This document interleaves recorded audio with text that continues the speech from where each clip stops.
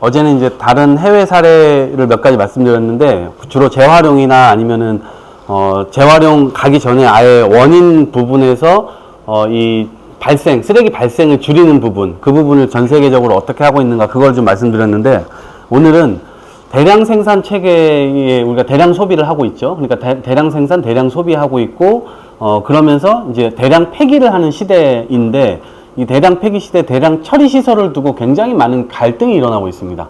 우리나라가 지금 처해 있는 환경이에요, 지금. 그래서 지금 일단 기본적인 사실만 말씀드리면, 수도권은 2025년도 이후에 2026년 1월 달부터 쓰레기를 직접 묻는 매립이 금지되어 있습니다. 그래서 금지를 해놨고, 그래서 소각한 재만 묻어야 돼요. 그래서 지금 수도권에서는 이 소각장 이슈가 굉장히 클 수밖에 없는 상황이고, 특히 서울에서는 왜 크냐면 하루에 1000톤씩 인천에다가 갖다 묻고 있어요. 매립지에다가 하루에 1000톤씩 1톤 트럭이 1000대 분량입니다. 이게 어마무시한 거예요. 근데 이게 지속 가능할 수가 없잖아요. 소비는 계속 늘어가고 생산은 더 늘어가니까 쓰레기의 양도 더 늘어갈 수밖에 없는 거죠. 지방은, 수도권을 제외한 지방은 2030년도부터 소각한 재만 묻어야 돼요. 그러니까 지방은 아직 조금 여유가 있는데 이것도 금방 지나갈 겁니다. 그래서 이러한 갈등을 도대체 우리가 어떻게 해소해야 될까? 이 문제를 그동안에 어떻게 보면 정치적 맥락에서는 계속 회피해 왔어요. 사람들이. 내 임기만 일단 지나가면 되지.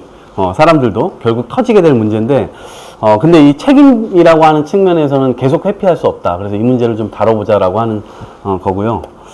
이게 오스트리아의 비엔나예요. 오스트리아 비엔나에 가서 제가 가장 먼저 한 일이 비엔나 소세지를 사 먹어보는 일이었습니다. 진짜 맛이 없습니다. 예. 한국 소세지가 훨씬 맛있어요. 예. 근데 제가 그 도시를 돌다 보니까 너무 예쁜 건물이 있는 거예요. 그래서 이 예쁜 건물이 이게 궁전처럼 생겨서 저 어린이 실내 놀이터인가 뭐 이랬는데, 직접 이제 들어가서 보니까 여기가 소각장인 거예요. 근데 도시 한가운데 저런 건물 있잖아요. 너무 예쁘잖아요. 근데 저렇게 예쁘게 지어 놓으니까 1년에 연간 관광객이 한 40만 명 옵니다. 그리고 이 주변 상권이 살아나요. 그리고 이 주변에 상권도 있고 사람들도 살아요. 그래서 도대체 이게 어떻게 이렇게 됐나. 그래서 제가 안에 들어가서 이 사람들을 인터뷰를 하고 여기는 이제 쭉 한 바퀴 돌았어요. 그래서 저렇게 이제 설명도 막 해주시고 저한테 쭉 이제 돌았는데, 일단은 제가 두 가지 질문을 던졌죠. 하나는 소각장 하면은 우리는 기본적으로 혐오시설이라는 인식이 있으니까 여기에서 왜 혐오시설이라고 하냐면 크게 두 가지 때문이에요. 하나는 유해가스가 나오지 않을까? 그 유해가스 먹고 우리가 죽는 거 아니야? 다이옥신 뭐 중독되는 거 아니야? 뭐 이런 오해들이 있고, 두 번째는 악취. 쓰레기장이 옆에 있는데 어떻게 냄새가 안 날 수가 있나? 이런 거에 대한 의문을 갖죠. 저도 그 두 가지 질문 던졌어요. 아주 초보적인 질문입니다. 그랬더니 악취를 제가 물어봤는데 악취가 안 난다는 거예요. 그래서 생각해보니까 제가 여기서 사진을 찍을 때 악취를 못 느꼈어요. 소각장 바로 옆에, 이게 소각장인지 몰랐어요, 처음에는.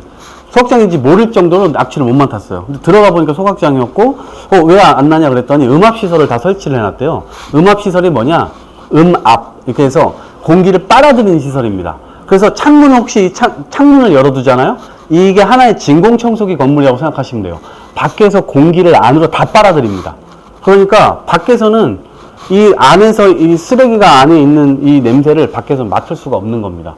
근데 이게 음압시설이 우리 왜 고깃집 가면 연기 빨아들이는 시설 있죠? 그거예요. 그래서 그걸로 만들어 놓은 거고, 그거는 이미 오래전에, 그래서 그 공기도 저는 소각한다는 걸 처음 알게 됐습니다.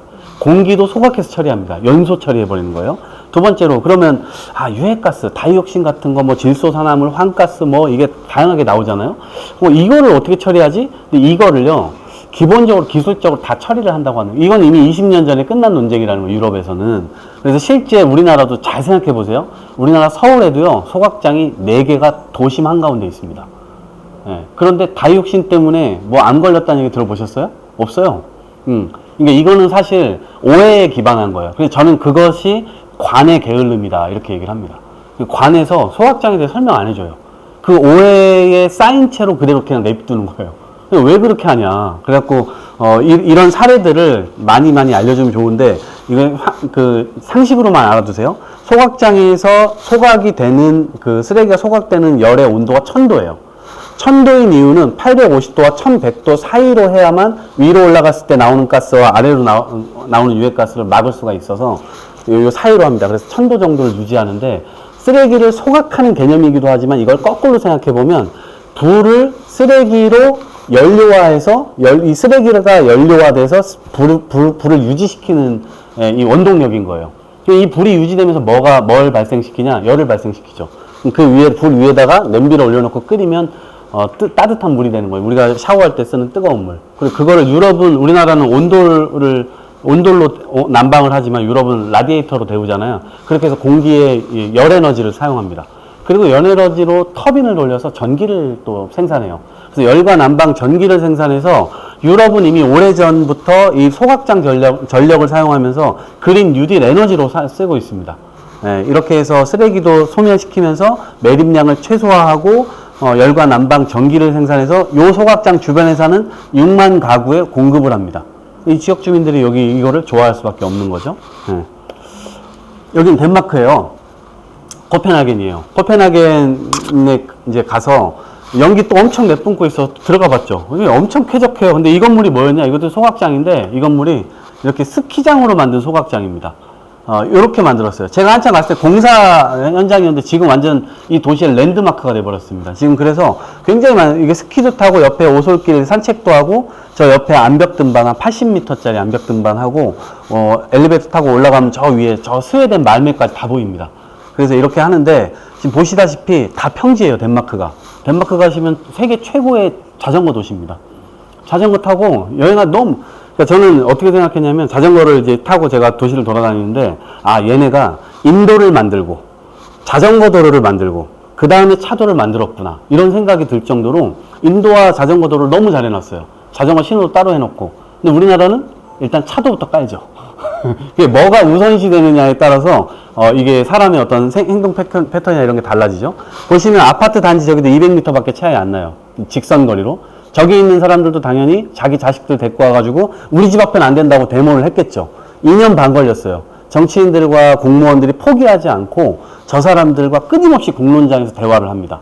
그래서 저 사람들 다 설득시켜요. 왜 어떻게 설득시키냐? 기본적으로 쓰레기 문제는요, 신의와도 해결이 불가능해요. 왜냐면 우리가 그냥 소비주의 경제에 기반해서 우리는 매일매일 소비하고 매일매일 발생시키고 있는데 이 발생시키는 속도를 처리하는 속도가 못 쫓아갑니다.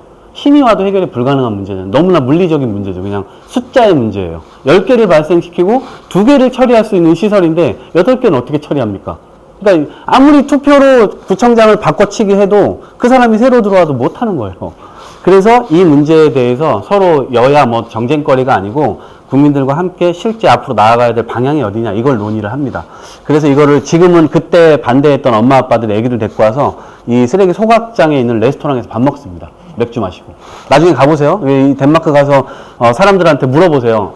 내가 덴마크 처음 놀러 왔는데 여기 랜드마크 건물이 어디냐, 내가 꼭 놀러 가봐야 될 곳이 어디냐 라고 얘기하면 아마 여기를 많이 얘기해 줄 겁니다. 여기 엄청 쾌적한 곳이에요. 일본에 잠깐 가볼게요. 제가 이제 하고 싶은 게 일본으로 이제 여행 가는, 환경 여행 조를 짜가지고 우리 연구원 식구들하고 10명, 20명 해가지고 같이 이 환경 여행을 가는 건데, 그러니까 일본이 감정적으로, 역사적으로 우리나라와 이제 반감이 굉장히 크죠. 근데 그건 또 그거고 배울 건 또 배우자 이런 건데, 여기도 일본은요 전 세계에서 가장 많은 소각장 대국입니다. 1200개 이상의 소각장이 있고요. 그 소각장들이 많은 경우에 그 동네 한가운데 있어요. 여기도 바로 시청 바로 앞에 있는 소각장입니다. 시청도 당연히 그 도시 한가운데 있겠죠. 근데 여기 앞에 여기 미술관처럼 너무 예쁘게 해놨는데 들어가 보니까 엄청 쾌적합니다. 여기도 이제 환경학교의 역할도 해요. 여기는 그래서 어린이 청소년들이 같이 이제 와서 하고, 시민들이 여기서 텃밭도 운영하고요.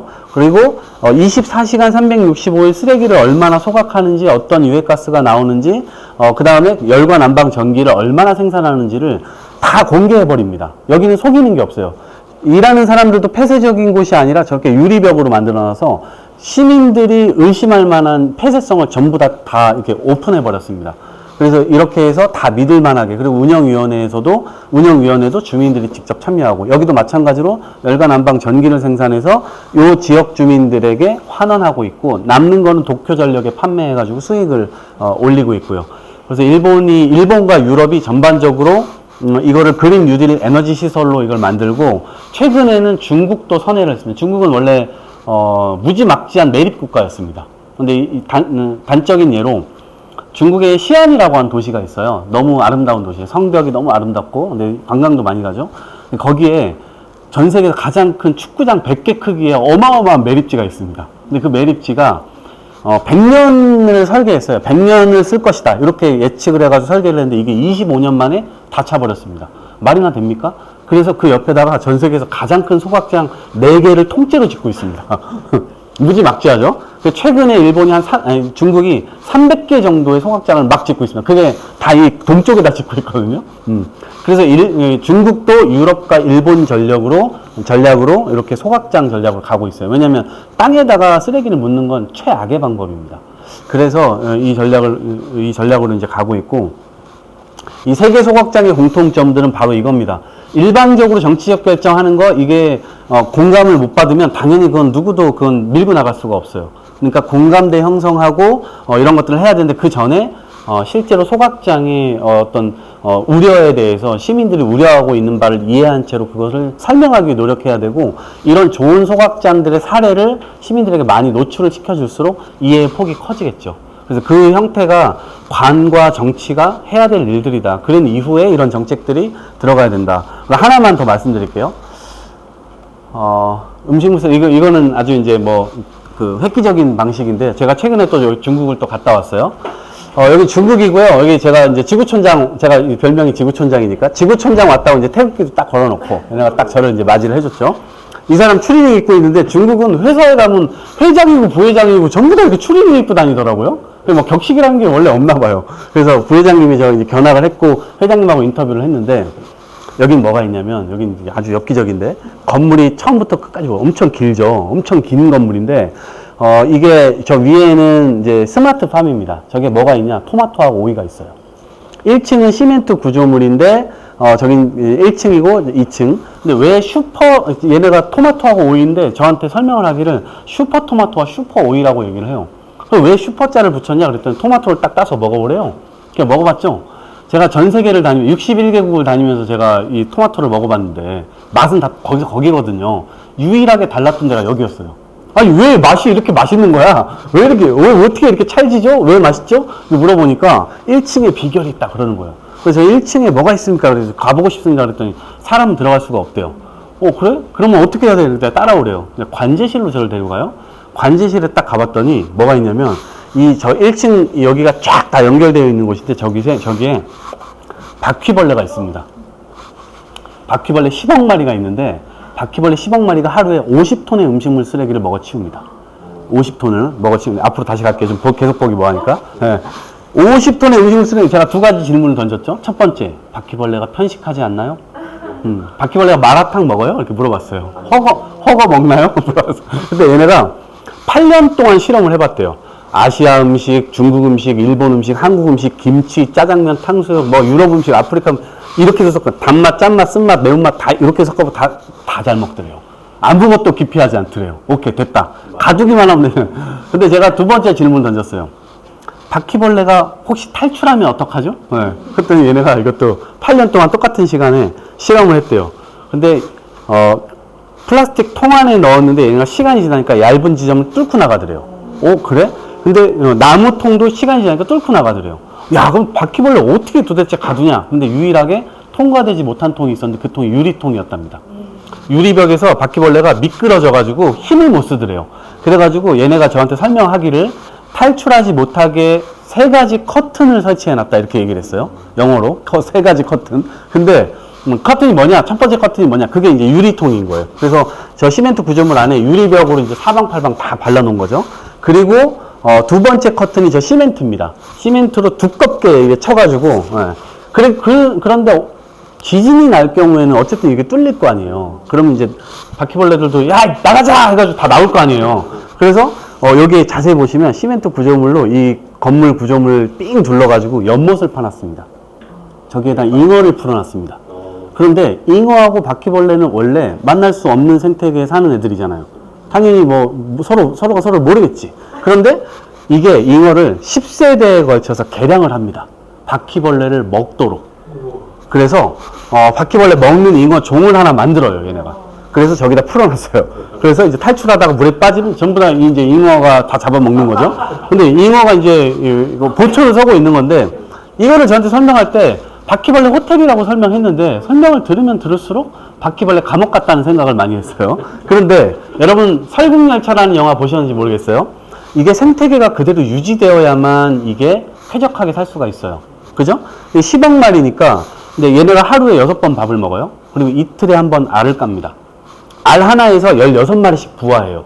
그리고 그렇게 태어난 애들이 11달을 살다가 돌아가십니다. 네, 그러니까 이게 계산 잘해야 돼요. 이틀에 한 번씩 16마리씩, 한 마리씩 계속 나오는 거, 이게 기하 수적으로 늘어갈 거 아니에요. 그러니까 개체 수가 늘어가면 어떤 문제가 생깁니까? 네, 지들끼리 그 음식물 쓰레기가 부족하니까 그거를 차지하기 위해서 아비규환이 벌어질 거 아니에요. 지들끼리 난리가 날 거 아닙니까? 그래서 올라가면 안 돼요, 개체 수가. 그러면 개체 수가 혹시라도 역덕이 돌아가지고 막 5억 마리, 3억 마리로 낮아졌어. 그러면 음식물 쓰레기가 남아돌겠죠. 그러면은 당연히 이 시설이 의미가 없어지게 되는 거예요. 그래서 올라가서도 안 되고 내려가서도 안 되고 매일매일 10억 마리가 그대로 유지되어야 되는데, 이게 기술이에요. 이거 어떻게 하느냐? 얘네 딱 낳잖아요. 그럼 이 알이 요만하더라고요. 알을 요만한데, 알이 요만한 밑으로 떨어지게 돼 있어요. 이 안에 구조물이 이제 막 그 캣타워 비슷하게 되어 있어요. 이렇게 막 캣타워들이 막 있어요. 그러니까 알 같은 건 이렇게 바람 쏙 불면은 떨어지게 되어 있습니다. 떨어지면 그거를 바닥에서 긁어내는 겁니다. 바깥으로 확 긁어내요. 근데 사체도 이제 거기 바닥에 떨어져 있고 막 그런, 뭐 바퀴벌레 똥 많은 것들이 떨어져 있겠죠. 그걸 다 긁어냅니다. 그런데 바깥으로 긁어내서 여기서 태어나면 안 되잖아요. 그 순간 다 갈아버립니다. 그래서 그거를 스마트팜에다가 그대로 바퀴벌레 천연 퇴비, 전 세계 최고의 질을 가진 천연 퇴비를 뿌려주는 거예요. 제가 아까 먹었던 토마토는 바퀴벌레 토마토. 저도 알았으면 안 먹었습니다. 그렇지만 몰랐으니까 이제 맛있게 먹었죠. 모르고 먹으니까 맛있게 먹었어요. 근데 이게 양이 엄청나잖아요. 이게 하루에, 이게 건물이 하나, 둘, 셋, 4개가 있습니다. 40억 마리가 200톤을 해결해요. 그런데 양이 엄청나니까 여기로 다 소화가 안 되는 거예요. 그래서 어떻게 하느냐? 돼지하고 닭한테 먹입니다. 전 세계에서 최고 좋은 바퀴벌레? 예. 아니, 토마토를 먹이는 게 아니고요. 바퀴벌레 사료입니다, 그냥. 돼지하고 닭도 바퀴벌레인지 모르고 먹겠지, 지들도. 그럼 먹고 스스로가 슈퍼 돼지와 슈퍼 닭이 됩니다. 그래서 A5등급이 붙어가지고 중국에서 비싸게 팔려나가고 있습니다. 예. 고기의 질이 엄청난 거예요. 예. 나중에 설국열차도 보세요. 이게 차지하기가 어렵거든요. 그래서, 요렇게 해서 아주 엽기적인 시설인데, 이거는 이제 탄소 중립하고 어떻게 연결되느냐? 생각해 보시면, 음식물 쓰레기라고 하는 것은 기본적으로 엄청난, 탄소뿐만 아니라 이게 메탄가스를 만듭니다. 우리가 음식물 쓰레기 비닐봉지 안에 넣어두면 돌돌돌 말아놓으면 시간 지나면 이게 빵빵하게 부풀어 오르거든요. 이때 차는 게 메탄가스예요. 근데 이 메탄가스가 지구 온실 효과를 탄소보다도 20배에서 80배까지 훨씬 더 가속화시키는 가스입니다. 그래서 이게 영국, 제가 2년 전에 글래스고에서 캅이라고 하는 게 있습니다. 뭐 흔히 얘기하면 기후정상회담이에요. 기후정상회담에 제가 갔었는데, 거기에서 주요하게 논의됐었던 것이 석탄발전소 2030년도까지 폐쇄하자. 근데 인도가 끝까지 그거 반대해가지고 점진적으로 노력하자라는 이제 조항으로 들어갔고, 두 번째 안이 메탄가스입니다. 2030년도까지 지금부터 메탄가스 30% 줄이자. 요거였습니다. 근데 왜 그동안 안 다뤄오다가 이걸 이렇게 다뤘냐? 이게 그 정도로 이제 심각한 거예요. 그래서 정상회담에서 이걸 다뤄갖고. 근데 보시면 저 안에가 메탄가스로 가득 찰 거 아닙니까? 얘네가 이걸 포집합니다. 그리고 스마트팜의 에너지로 만들어서 여기를 데웁니다. 그래갖고 여기서는 아무것도 버려지는 게 없어요. 하나도 버려지는 게 없습니다. 그래서 요렇게 이게 음식물 쓰레기도 메탄가스와 연결되어 있고, 우리나라 역시도 마찬가지. 전 세계가 지금 이 메탄가스와의 싸움, 음식물 쓰레기와의 싸움, 이런 것들을 하고 있다. 그 현황을 이제 말씀드리고, 이제 두 번째 주제로 넘어가 보도록 하겠습니다.